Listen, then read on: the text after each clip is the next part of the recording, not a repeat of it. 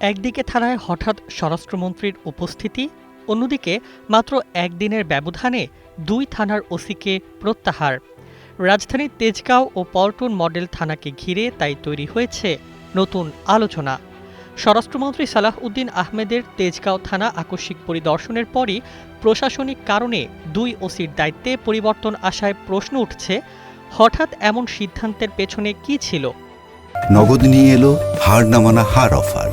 সর্বনিম্ন 10,000 টাকা রেমিটেন্স নগদে পাঠালে থাকছে স্বর্ণের হার জেতার সুযোগ। শুক্রবার বিকেলে তেজগাঁও থানায় ঝটিকা পরিদর্শনে যান স্বরাষ্ট্রমন্ত্রী। সেখানে তিনি শুধু কর্মকর্তাদের সঙ্গে বৈঠক করেই থেমে থাকেননি। থানার সার্বিক আইনশৃঙ্খলা পরিস্থিতি, অবকাঠামো এবং সাধারণ মানুষকে দেওয়া পুলিশি সেবার মান সরেজমিনে দেখেন। থানা ভবনের বিভিন্ন ফ্লোর ঘুরে প্রশাসনিক কক্ষ, ডিউটি অফিসারের কক্ষ, তদন্ত কর্মকর্তাদের অফিস, হাজতখানা, পুলিশ সদস্যদের ব্যারাক ও ডাইনিং স্পেস পরিদর্শন করেন তিনি। ব্যারাকে গিয়ে পুলিশ সদস্যদের আবাসন, খাবারের মান ও পরিচ্ছন্নতার বিষয়েও খোঁজ নেন।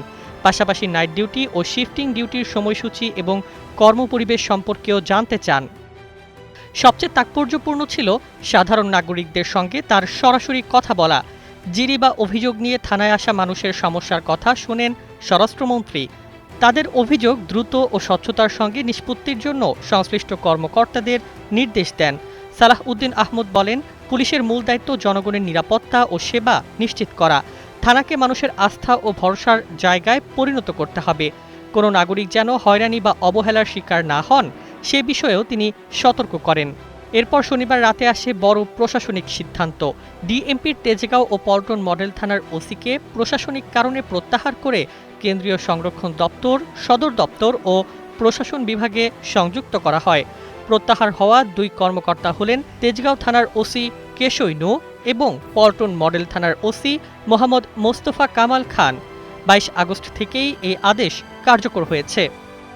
তবে দুই ওসির প্রত্যাহারকে স্বরাষ্ট্রমন্ত্রীর তেজগাঁও পরিদর্শনের সরাসরি ফল হিসেবে কোনো আনুষ্ঠানিক বক্তব্য দেওয়া হয়নি। ফলে রহস্য থেকেই যাচ্ছে, ঝটিকা পরিদর্শনের পরই কেন এলো দুই ওসির প্রশাসনিক বদলি।